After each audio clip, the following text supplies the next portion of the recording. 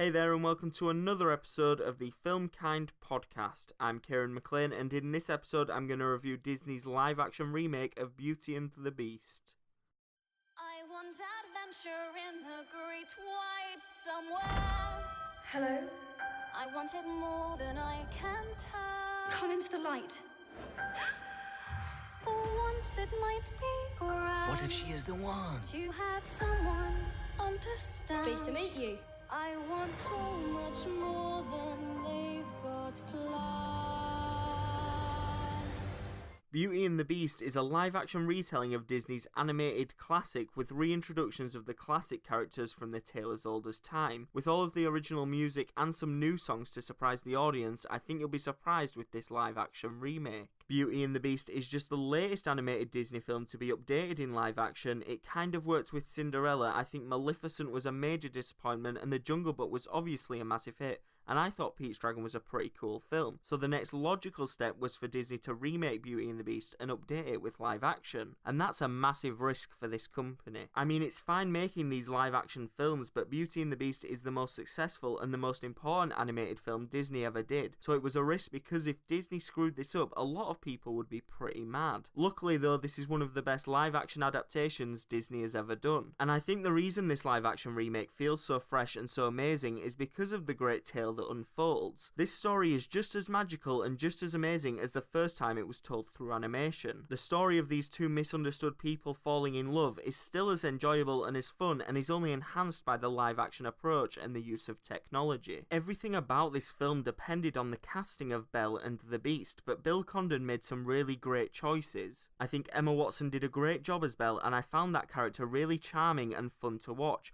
but I also liked the strong and independent approach to this character. I was also surprised with the musical performance from Watson. Obviously we've never heard her sing in previous films, so I wasn't sure what to expect. Some of these songs were really difficult, but Watson did a great job and you could tell she was putting 100% into every song. It's really not fair how talented some of these actors and actresses are. I mean, choose one, you can act or you can sing, it's not fair that you get both. As for the Beast, Dan Stevens has also delivered a really strong performance in this movie. While I do have some minor issues about the Beast that I'll get onto later, it's impressive how much of Stevens' personality and humanity was shown through this CGI character. Whether the Beast is skulking around the castle, dancing or fighting, Stevens always makes us believe in the character and kind of forgives some of the bad things he does because he really gives a strong and believable performance. Looking at the rest of the cast, there are some really big names in this film that we don't actually get to see a lot, and others that just completely steal the show. You've got Ian McKellen as Cogsworth, Ewan McGregor as Lumiere, Emma Thompson as Mrs. Potts, Josh Gad as LeFou, and Luke Evans as Gaston. All of these actors and actresses delivered great performances and each got their moment to shine in this film, but the clear standouts were Ewan McGregor's Lumiere and Luke Evans as Gaston. I would say that Gaston is probably the highlight of this entire film. Evans did a really good job of making you hate the character, but you also couldn't help but love him, and he was really fun and exciting to watch on screen. That kind of foolish arrogance is just completely fun to watch, and there were some really great moments for this character.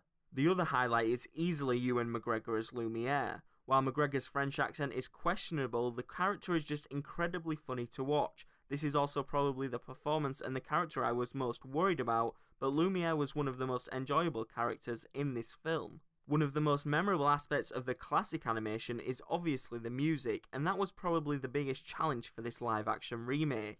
How do you go about doing those same songs and those same sequences but try to bring them into the real world and kind of, in a way, do them better? I would say in a lot of ways the film does succeed in going bigger with the musical sequences. The Be Our Guest song was amazing to watch and was easily the most visually stunning sequence in this film. Emma Watson and Belle's introduction to this film was without a doubt the highlight in terms of music and was just as good if not better than the animated version. And of course the ballroom sequence was amazing and done really well. I'm actually incredibly surprised to see how well they pulled off some of these musical sequences in terms of making them just as good if not better than the animated version and really improving and adding on some of the things that original and classic film did. The main issue I had with this live action version of Beauty and the Beast is the look of the Beast itself. I'm not sure if this this was a decision from the visual effects team or the director, but the CGI of the beast really didn't look great in some of these sequences. Whenever we were close up on the beast, it looked great and I believed what I was seeing, but when the shot featured both Belle and the beast, it was obvious that we were looking at a CGI character, and I found it really distracting in major sequences like the ballroom dance. I just think that when Disney has done something great like The Jungle Book, they could have made the beast look a little bit more realistic and more believable, and I'm really not sure why some of that CGI looked so false in certain sequences. Overall, I would say that if you were expecting this newer version of Beauty and the Beast to fail in comparison to the original, you'll probably be pleasantly surprised. This version of Beauty and the Beast is fun, and thanks to great performances, stunning musical sequences, and Bill Condon's direction, this take on the Tale as Old as Time feels as fresh and as exciting as the first time I watched the animated classic. Rating Beauty and the Beast out of 10, I would have to go with a solid 8. I really enjoyed this film, and you guys should definitely check it out with an audience on opening weekend. If you're a fan of the classic tale, you won't be disappointed. That's it for my review of Beauty and the Beast. Let me know what you thought of the film in the comment section below, and please subscribe to this podcast and hit that like button. You can find the FilmKind Podcast on iTunes, and please leave us a review. This show was presented and brought to you from monkeysfightingrobots.com, so definitely head over there and check out some amazing content.